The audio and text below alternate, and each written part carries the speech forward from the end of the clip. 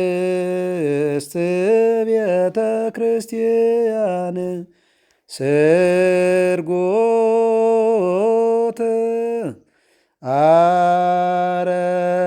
አረፋቲሃ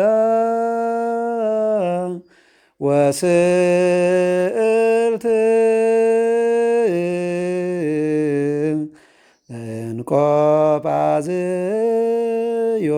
እንቆጳዝዮን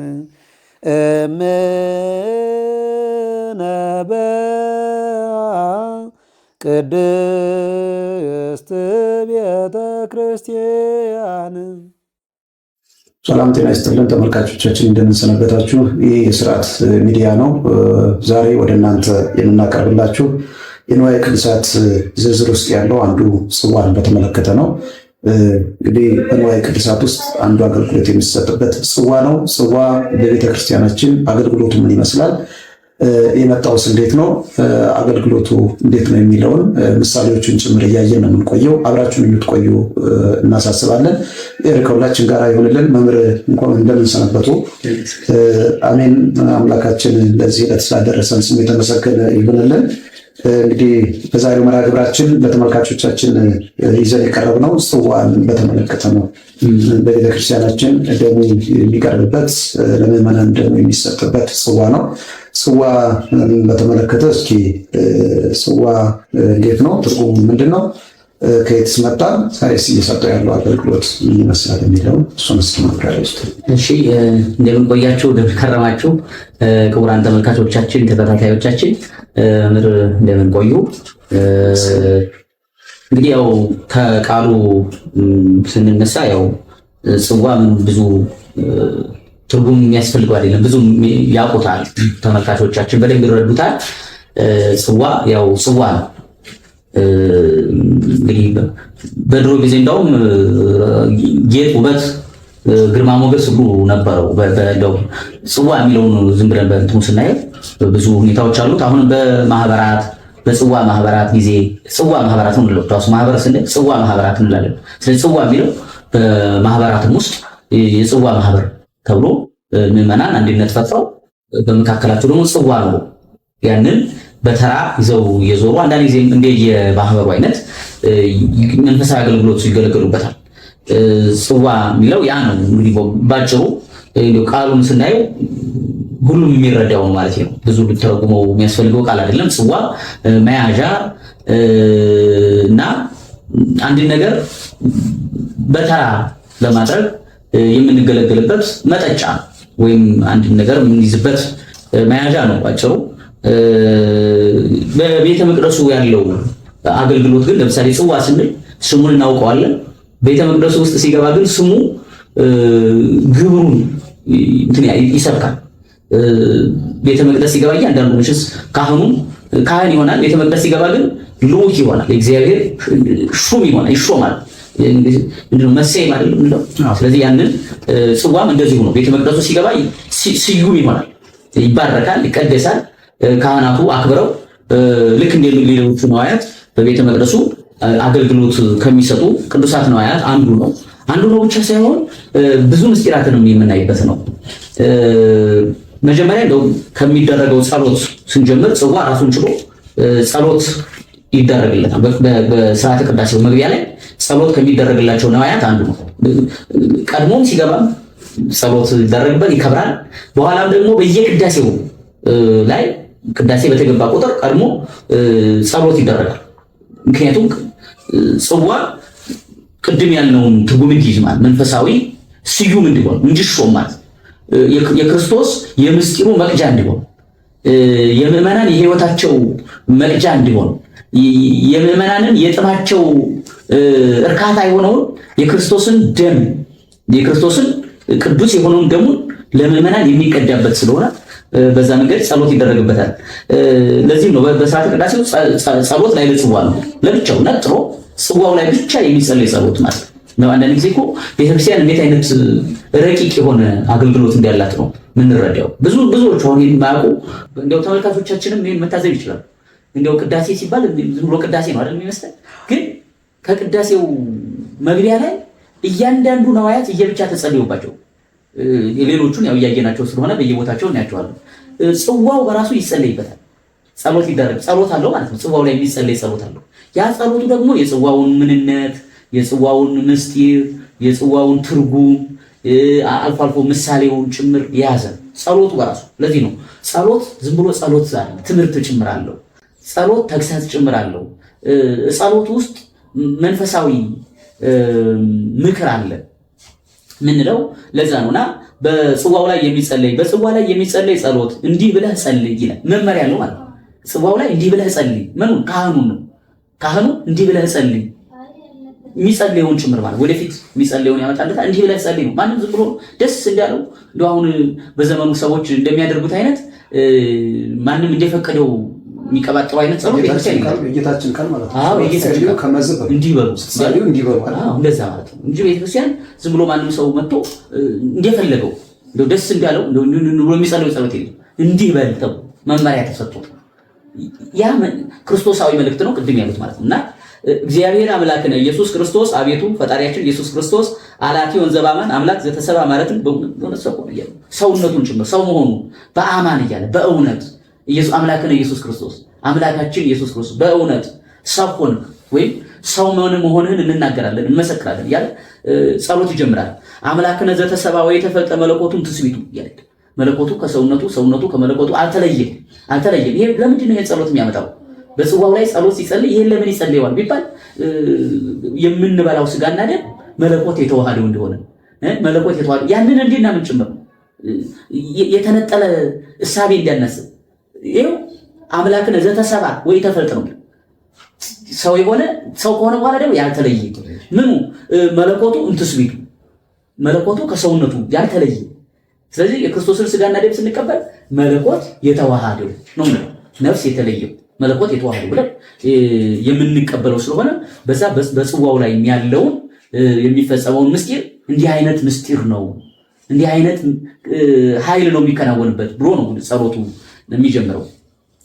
መለኮቱ ከተስቢቱ ተስቢቱ ከመለኮቱ ያልተለየ ይላል ሲተረጎም ያልተለየ። ስለዚህ መለኮቱ ከተስቢቱ ያልተለየ ትስቢት ነው፣ ከዛ ደግሞ መለኮት ነው። አማናዊ አይደል? የክርስቶስ ስጋና ደግሞ አማናዊ ነው የምንበላው። አማናዊ ስጋውን አማናዊ ደሙን ነው የምንበላው የምንጠጣው። ስለዚህ ያልተለየ ምኑ መለኮቱ ከትስቢቱ ያልተለየ በማይለይ ግብር ሰው የሆነ በቃ አንድ ጊዜ ሰው ከሆነ በኋላ እመቤታችን ይኩነኒ ካለችው ቃል ጀምሮ ያንን ምክንያት አድርጎ ተጸነሰ።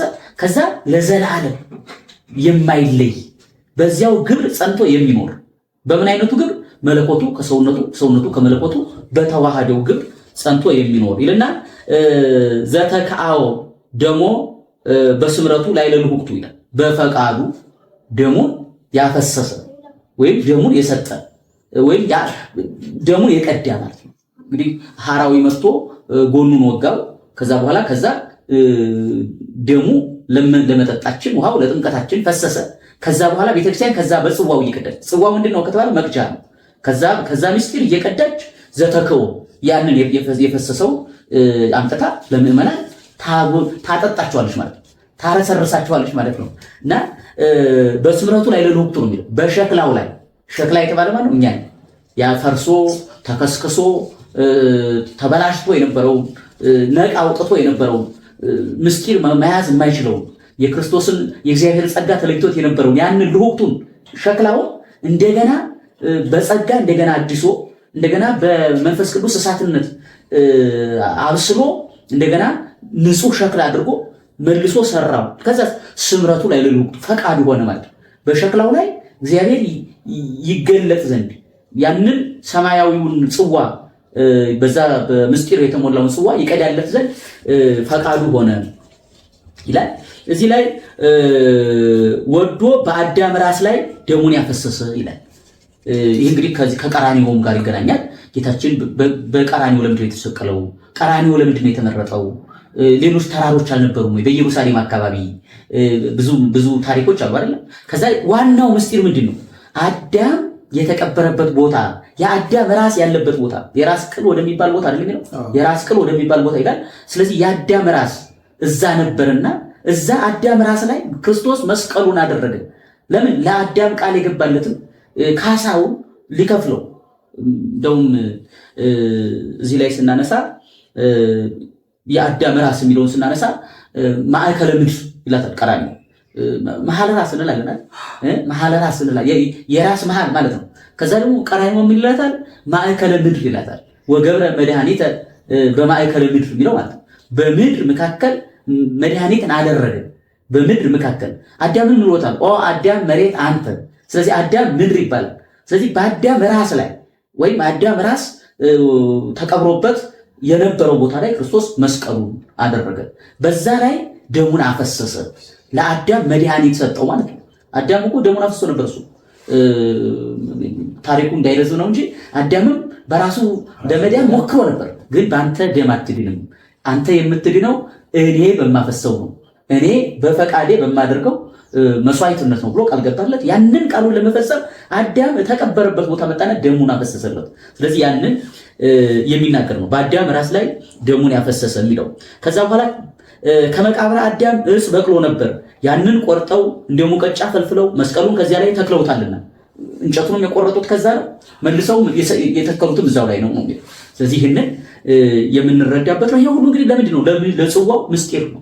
ያ ሁሉ ምንድነው? ጽዋው ቀራንዮ ጽዋ ይሁን፣ ጽዋው ቀራንዮ ይሁን እየተረጎመው እያዘዋወረ እየነገረን ያለው ያን ነው። በሌላ ቦታም ጌታ የተሰቀለበት ቀራንዮን ህንብርታ ለምድር ዲማሃ ለምድር ይላታል። ህንብርታ የምድር እምብርት ማለት መካከል ቅድም ያለው ማለት ዲማሃ ለምድር ይላል። የምድር አናት ወይ መሃል ራስ ማለት ነው። ዲማሃ የሚለው እንደዛ ነው አይደል? ዲማሃ ለምድር የሚለው የራስ መካከለኛው ክፍል ማለት ነው። እና ያንን ሁሉ ይላታል። በመሐከል መስቀሉን በመሐከል መሰቀሉ መስቀሌን ያዳንሁበት ያደላሁበት የለም ያመነብኝ ሁሉ ይዳን ሲል ነው። በመካከል ለምንድን ነው የተሰቀለው ቢባል ያመነብኝ ሁሉ ይዳን፣ በመካከል መሆኑ ለማንም አላደላው። እንደውም አንድ ያገላለጽ አለ። ዳኛ የምንድን ነው ምሰሶ የመካከል ዳኛ የወል ዳኛ የዘመድ ዳኛ ይባላል። መካከለኛ ለነዚህም የማያዳላ ማለት ነው። ስለዚህ በመካከል መሰቀሉ ክርስቶስ ለሁሉም የማላዳላ ነኝ፣ የሚያምንብኝ ሁሉ ይሄን መዳን ያገኛል፣ ከዚህም የመጣው ማለት ነው። ስለዚህ ጽዋው ደግሞ ያንን የሚሰብክ ነው። ለዛ ነው በመንበሩ ላይ ይሁን በመቁረብ ጊዜ በምዕመናንና በካህናት መካከል ላይ በመንበሩ መካከል ላይ ሆኖ የሚገለጠው ያንን ሁሉ የያዘ ነው። በሌላ ቦታም ስለ አዳም ወዶ ደሙን ያፈሰሰ የሚለውን እየደገመው ይሄዳል። ይሄ በጣም ጽናት ስለሚያስፈልገው አጽንኦት እየሰጠ ነው የሚለው። በቃ ክርስቶስ ደሙን ያፈሰሰው ስለማን ነው? ስለ አዳም ሲባል ስለማን? ስለኛ ማለት ነው። አዳም እኮ እኛ ነን አይደል? ምንም አዳማዊ ጠባይ ያለው ሁሉ አዳም ነው። ክርስቶስን ራሱ አዳም ይሆናል። ዳግማዊ አዳም፣ ሁለተኛው አዳም። ያኛው አዳም በኃጢአቱ ምክንያት ዓለምን ልጆቹን የጎዳ ለሁሉ ሞት ያተረፈ፣ ይሄኛው አዳም ደግሞ ወዶ ባደረገው ስጋዌ ወዶ ባደረገው ቤዛነቱ ዓለምን ሁሉ ነፃ ያደረገ፣ በሱ ዓለምን ሁሉ ያዳነ። የዛኛው አዳም ሞት ለዓለም የተረፈ፣ የዚህኛው የሁለተኛው አዳም ሕይወት ደግሞ ለሁሉ የተረፈ ያነጻጽረዋል። እና ያንን ይላል። ይሄ እንግዲህ ጽዋው ላይ ያለው ነው። እዚህ ላይ ወይዜኒ ባርኮ ይላል። ቡራኬ ይደረግለታል። መቼስ በኋላ እርሶት ድና ያደርጋል እና ቡራኬ ይደረግለታል። ማርያም ማመልከት ማለት ነው። በቃ እያመለከተ ጸሎት ይደረግለታል፣ እያሳየ ማለት ነው። ሌሎችም አሉት እዚሁ ላይ ይኩን ዝንቱ እማሬልና ለህይወት ወለስሬት ኃጢአት ለኩሉ ዘይሰቲ ምንየሁ በአሚን በማመን ለሚጠጣ መድኃኒት ይሁንለት፣ ስርየት ይሁንለት፣ መፈታት ይሁንለት እያለ ጸሎት ይደረግበታል፣ እያመለከተ ማለት ነው። ከዚህ ለሚጠጣ ከዚህ ጽዋ የሚጠጣ ሰው ስርየት ይሁንለት። ለዚያ ነው ምዕመናን አምነው ቀኖናቸውን ጨርሰው በምክረ ካህን ተመርተው መጥተው ሲቀበሉት ስርየት የሚያገኙት። ለዛ ነው ጸሎቱ ነው፣ ቅዳሴው ነው፣ ያ ጽዋው ላይ ያለው መንፈሳዊ ኃይል ነው። ስለዚህ ያ ስርየት መድኃኒት የሚገኝበት እንደሆነ ይናገራል። በአሚን ነው፣ በማመን ለሚቀበሉ ይሄ አማናዊ ጽዋ ነው። ይሄ ጽዋ ነው። በዚህ ውስጥ ያለው ደግሞ አማናዊ የሆነ የክርስቶስ ደም ነው፣ አማናዊ የሆነው የክርስቶስ ስጋ ነው ብለው አምነው ለሚቀበሉት ስርየት መድኃኒት ይሆንላቸዋል ነው የሚለን። ከዛ ይቀጥልና ወደ መጨረሻው አካባቢ የጸሎቱ መዝጊያ ያደርጋል። ስብሐት ለአብ ወወልድ ሰማያዊ ወመንፈስ ቅዱስ ነው እያለ ጸሎቱን ይዘጋል። እዚህ ላይ እንግዲህ ጽዋውን ስናነሳ እንደው ሁለት ነገር ለማስታወስ ነው። በዋናነት ጽዋውን ስናነሳ ክርስቶስ ለኛ የሰጠውን ሞቱን እናስብበታለን። ጽዋ በሞት ይመሰላል። ስለዚህ ጽዋው የክርስቶስን ሕያዊት የሆነች ለኛ መድኃኒት የሆነች ሞቱ የኛ ሞት የሞተባት ሞቱ የምናስብበት የምንዘክርበት ነው። ለዮሐንስና ለያዕቆብ እናትም ጌታችን የመለሰላት ይሄን ነው። እኔ ከምጠጣው ጽዋ ሊጠጡ ይችላሉ ወይም ሊጠጡ ይችላሉ፣ ግን እኔ ከኔ ግራና ቀኝ መሆን ግን አባቴ ለፈቀደለት ነው።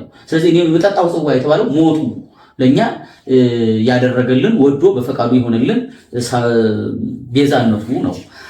በሌላም ደግሞ ለኛም ጭምር ደግሞ ከዛው ጽዋ የምንካፈል መሆናችንን ተጽፏል። ምናልባት ቅድም በኋላ እርሶት ያነሱታል። ቅዱስ ጳውሎስም የምንካፈለው ጽዋ ይላል፣ የምንካፈለው ጽዋ ይሏል። ስለዚህ ከዛው ጽዋ ደግሞ እኛም እንካፈላለን። ክርስቶስ ሞተ፣ ስጋውን ቆረሰ፣ ደሙን አፈሰሰ። ስለዚህ ስጋውን በጻሕል ደሙን በጽዋ እንቀበለዋለን ካለ በኋላ ከዛው ጽዋ ደግሞ እኛ እንካፈላለን። ምን ማለት ነው? ያ እንደሞተ ክርስቶስ እኛም እንሞታለን።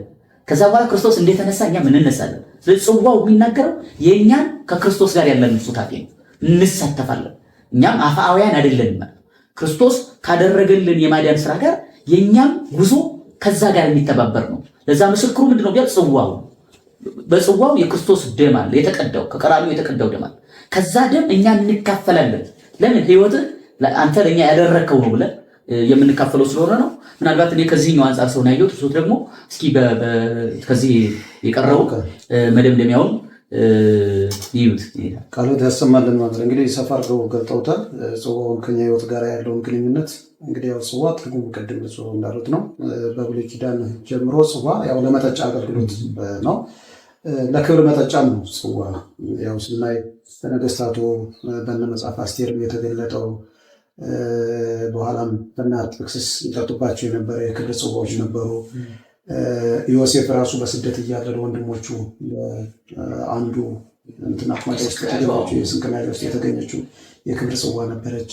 እና ጽዋ በቃ ለክብር ነገር የሚቀርብ ነው ማለት ነው። አሁን መጠጥ የሆነ መጠጥ ሲጠጣ ምናልባት በኩባያውም በምኑ ሊጠጣ ይችላል፣ ግን በክብር እጅ የሚውሉ ጽዋዎች አሉ። ማደሪያ ተሰፍቶላቸው ጢስ እንዳይበንባቸው፣ ትቢያ እንዳይበንባቸው፣ ጢስ እንዳይተንባቸው ተሰቅለው በደንብ ተንከባክበው እንትን ይላሉ፣ ይቀመጣሉ። እንግዲያ ሲመጣ ይወርዳል። ለምንድነው? የከበረ ነገር ለክቡር ሰው የከበረ ነገር የሚቀርብለት በከበረ ነገር ነው ማለት ነው። የሚቀርበው ጉዳይም የተለየ ጉዳይ ነው። አሁን ለቀለል ላለ ነገር ተደርጎ እንትን አይወድ ዋንጫው ጽዋው ምናምን የክብሩ ቃል ለማንኛውም ብቻ የሚጠጣ ብቻ ስለሆነ አይወርድ። የሚጠጣው ነገር በራሱ በጽዋ የሚቀርብ የተለየ ነገር ነው ማለት ነው። እና ጽዋ ለክቡር ሰው በክቡር እጅ የሚውል ነው። በዛ ላይ በጽዋ የሚጠጣው የከበረ ነገር ነው። ስለዛ ነው የክርስቶስ ደም በጽዋ በከበረ ነገር ራሱ ክርስቶስም ደሙን እንደሚያፈስ ሲናገር አባቴ ወይ ፈቃድ ቢሆን እች ጽዋ ከኔ ትለፍ ያለው ደም ማፍሰስ ፈቃድ ከሆነ ከኔ ትለፍ። ይሄ ሌላ እንትን ስላለው እንደው ብቻ ጽዋ ብሎ ጠርቶታል። መከራውንም በመከራ ውስጥ ደግሞ ጽዋ ማለት ተጠርቷል ማለት ነው። እና ጽዋ የክብር ነገር ነው። ከዛ ቀጥሎ እንግዲህ ጽዋ መጀመሪያ ክርስቶስ እኛውም ክቡር ደሙን ለማቀበል ሌላ ዕቃ ጆክ ምናምን አንጠቀም። በጣም አይሆንም። ጽዋ ነው የሚሆን ከብረት ከብር ከምናምን ከወርቅ ነገሮች ማዕድናት የተሰራ እንጂ ይሄ ፕላስቲክ ነገር ምናምን ነገር አይሆን በቤተክርስቲያን። ለምንድን ነው ከተባለ መጀመሪያ ክርስቶስ ምንድን ነው የሚለው ከሚጠጣው ጽዋ አንስቶ ነው የሚለው ቃሉ በራሱ ጽዋ በደንብ የተሰራ ነው። ከዛ ምን አላቸው? ነገ ስለእናንተ የሚፈስ ደሜ ይህ ነው ብሎ ጽዋውን አንስቶ ባርኮ ሰጣቸው። ምን አንስቶ? ጽዋው። ስለዚህ ጽዋ የምንለውም ለዛ ነው። መጀመሪያ መጽሐፉ ሲጠራም ጽዋ ብሎ ነው የጠራው። ጽዋ ብሎ ነው የጠራው የከበረ ነገር ነው እና አንስቶ ጽዋውን ደሙን በጽዋ አድርጎ ሰጣቸው ብለን አንስተን እንሰጣለን ማለት ነው። እና የደሙ በአጠቃላይ አገልግሎቱ የአምላካችን ደሙ የሚቀዳበት ለምዕመናን የሚታደልበት ነው። ያን ደግሞ ክርስቶስ ነው ራሱ በጽዋ አንስቶ ደሙን የሰጠው ለደቀ መዛሙርቱ ያደለበት ራሱ ነው። ሌላ ቃምጡልኝ ምናምን አላለም እና ጽዋውን አንስቶ አመስግኖ ባርኮ ሰጣቸው ይላል። ለዛ በጽዋኛ ደሙን እየቀዳን እናድላለን ማለት ነው። ቅድም እንዳሉት አዳምን ያጠበው በደሙ ነው ማለት ነው። ቅድም እንደተባለው በደሙ ነው አጥቦ ከመቃብር አዳም ላይ ተሰቀለ፣ ደሙ ነጠበ፣ ከአዳም ራስ ላይ ያረፈ ማለት ነው። ያ አጠበው እና ደሙን እንዲህ አድርገን እንሰጣለን። በሌላ መልኩ የክርስቶስን ጽዋና የአጋንንትን ጽዋ አብሮ መጠጣት የሚችላለው ይላል ቅዱስ ጳውሎስ። ጽዋ ብሎታል። ያን የክርስቶስ ደም የሚቀርብበት ጽዋ ነው ማለት ነው። ጳውሎስም እንደጠራው የአጋንንት ጽዋ ሌላ አለ፣ ይሄኛው ደግሞ የክርስቶስ ደሙ የሚቀዳበት እውነተኛው ትክክለኛው ጽዋ ነው ማለት ነው የክርስቶስ። ስለዚህ ጽዋ እንደዚህ እንገለግልበታለን። ሌላ እንግዲህ ጽዋ አንደኛውም ቅድም እንዳልነው እንግዲህ ለጻይሉም የመስቀል ምሳሌ አድርገነዋል። ጽዋውንም የመስቀሉ ምሳሌ እናደርገዋለን። መስቀሉ የጽዋው ምሳሌ ነው። ለምን? በአንድ መስቀል ላይ ነው ሁለታቸው እንትን ያሉት አይደለም። በአንድ መስቀል ላይ ነው ስጋውም የተቆረሰው ደሙም የፈሰሰው በዛው በአንዱ መስቀል ላይ ነው። በሁለተኛ ነገር አይደለም። ቅድም እንዳልኩ ታቦቱም ጻይሉንና ጽዋውን እንዲህ ተደርጎ ነው የሚሰራው። ጽዋውን ከጻይሉ አይለይ አብሮ ነው። ለምን? በአንድ መስቀል ላይ ነው ሁለቱም ለኛ የተሰጡ እንጂ በተለያየ ጊዜ በተለያየ ሰዓት በተለያየ ሁኔታ አልተሰጡ። ስጋው ሲቆረስ ላይ የፈሰሰው ደግሞ ሲቆረስ ደግሞ ፈሰሰ እና ሁለቱም እዛው ላይ ስለተሰጡ የመስቀሉ ምሳሌ ነው። በሌላ መልኩ ይሄን ጽዋ መላእክት በዕለተ ዓርብ የክርስቶስ ደሙ ሲፈስ ጽዋ ይዘው ደሙን ተቀብለዋል። በጽዋ እንደው ዲያቆኑ ሊያቀብል ሲወጣ ጽዋው እንዴት አድርጎ ነው የሚይዘው? ከፍ አድርጎ ነው የሚይዘው። እንዲህ ነው የሚደረግ። እንደው አሁን ማይክ ስለመጣ ከማይክ ጋር አብሮ እየተያያዘ ነው እንጂ ማይክ ያዥ ተደርጎ ለብቻ ጽዋ በሁለት እጅ ነው የሚያዘው። ሲያዝም ደግሞ ጽዋ ከፍ ተደርጎ ነው የሚያዘው። ምን ማለት ነው? ይሄ ከቀራንዮ የፈሰሰ ከተራራው የመጣ ከክርስቶስ ከላይ የፈሰሰ የወረደ ደም ነው ማለት ነው። የእግዚአብሔር ደሙ ነው ማለት ነው። እና ከፍ አድርጎ ይዘው እንዲያድርጉ ማለት መላእክት እንዲያድርጉ ከፍ አድርገው ነው ደሙን የተቀበሉት ከመስቀሉ ከእጁ ከደረቱ ከሁሉ የፈሰሰውን እንዲህ ሲንጠበጠብ ሁለት መላእክት ስዕሉ ላይ እንደውም አሉ። ሁለቱ መላእክት ጽዋ ይዘው ሲቀበሉት ይታያል። በዚህና በዚህ ሆኖ የሚፈሰው ደም ይቀበላሉ። ከዛ ከተቀበሉ በኋላ ምን ያደረጉት ነው የሚለው በዓለም ላይ ረጩት አይደል? ደሙን በዓለም ላይ ረጩት። እንደውም ዛሬ ቤተክርስቲያን የሚተከልበት እግዚአብሔር ባወቀ ያን ጊዜ መላእክት በዓለም ዙረው ደሙን ሲረጩ ደሙ በነጠበበት ላይ ቤተክርስቲያን ትተክላለች ዛሬ እንላለን። በዛው በነጠበው ላይ ነው አሁንም ደሙ አለ። ያው ራሱ ደም ነው ማለት ያ ደም ነው አሁንም እዛው ላይ እየተሰጠ ያለው። ያን ጊዜ በዕለተ ዓርብ የፈሰሰው በነጠበባት ላይ ቤተክርስቲያን ተተከለች። ያቺ ቤተክርስቲያን ደግሞ ያን ዕለተ ዓርብ ሁሉ ጊዜ እንትን ትላለች ማለት ነው። እና መላእክት ዓለምን ዙረው እንደረጩት እንደውም እንመጣበታለን። ገና ጽዋ ብዙ ስራዎች አሉት። ጽዋ ዝም ብሎ እንዲሁ ስለተቀዳ ብቻ ቁጭ ብሎ ዝም አይል። ይነክን እኮ ለጽዋ የሚል አለ ስርዓት። ወደ ስርዓቱ ስንመጣ ጽዋውን በአራት ማዕዘን ይወዙዘው። ለምን? ክርስቶስ በመስቀል ሲወጋ ከመስቀሉ ላይ እያለ አካሉ ተናወጠ ይላል። ደሙ ሲፈስ አካሉ ተናወጠ። ያን ለማሳሰብ በኋላ ላይ ስጋው ይፈተታል። ገና ሲመጣ ጸሎተ ፈትቶ ላይ ስንደርስ ይፈትተዋል።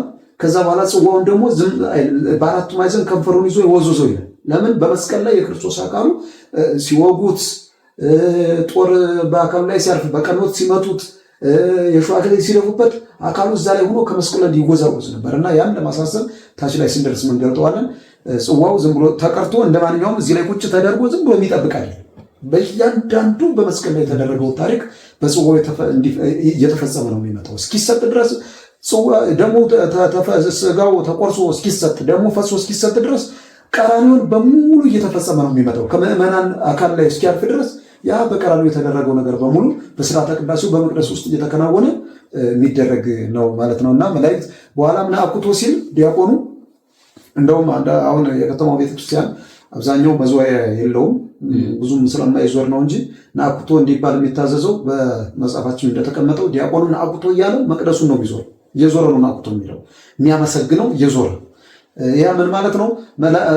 ሐዋርያት ደሙን ከሰጣቸውና ስጋውን ከተቀበሉ በኋላ እየዘመሩ ወደ ተራራው ወጡ ይላል። አንድ እሱን እናስታውሰበታለን። ናኩቶ እያለ እያመሰገነ ናኩቶ እናመሰግነው አይደል የሚለው እያመሰገነ ይዞራል። ማንን ያስታውሳል? ደሙን የሚሆነው ደግሞ ምዕመናን ደሙን ስጋውን ደሙን ሁሉም ሰው ከቆረበ በኋላ ነው ናኩቶ የሚባለው። ያ እያመሰገኑ ወደ ተራራው የወጡትን ምስጋና እያመሰገነ ደግሞ ይዞረዋል። ምን ማለት ነው? ይህን ጽዋ መላእክት ይዘው ዓለምን ዙረው ረጭተውታል እያለ እያወጀ ይዞረዋል ዲያቆኑ። እና መላእክትም የረጩት ደሙ በጽዋ አድርገው ነው እና እሱን ሁሉ እያስታወስ አጠቃላይ ግን ያው ደሙ ተዘጋጅቶ የምንቀበልበት ቅዱስ የሆነ ጽዋ የተለየ ጽዋ እንደምንለው ከሌላው መጠጫ የተለየ የከበረ ማለት ነውና ደሙን የምንቀበልበት ማለት ነው። እንግዲህ ምሳሌዎቹም እነዚህን ይመስላሉ። አገልግሎቱም ባጭሩ ይሄን ይመስላል።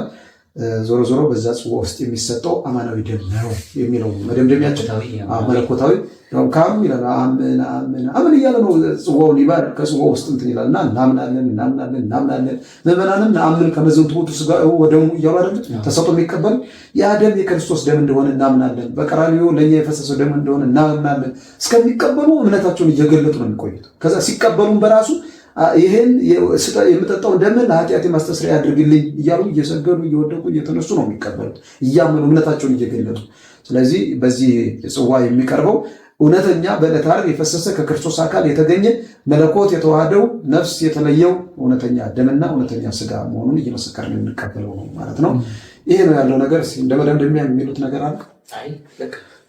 እሺ እንግዲህ እግዚአብሔር አምላክ እስካሁን ድረስ በረድኤት የጠበቀን አምላካችን ስሙ የተመሰገነ ይሆንልን። ይህን እንግዲህ ቅዱስ ሥጋውን በጻሕል ላይ ለእኛ የሚፈተተውን በጽዋ ላይ ለእኛ የሚቀዳውን ደም እና ሥጋውን ለእኛ ሕይወት እንደሆነ አምነን በእምነት ተቀብለን የመንግሥተ ሰማያት ባለቤት እንድንሆን አምላካችን እርዳን። እስከሚቀጥለው መርሃ ግብራችን ድረስ ቸርን ሰንብት። በቸር ያገናኘን። ቸር ሰንብት።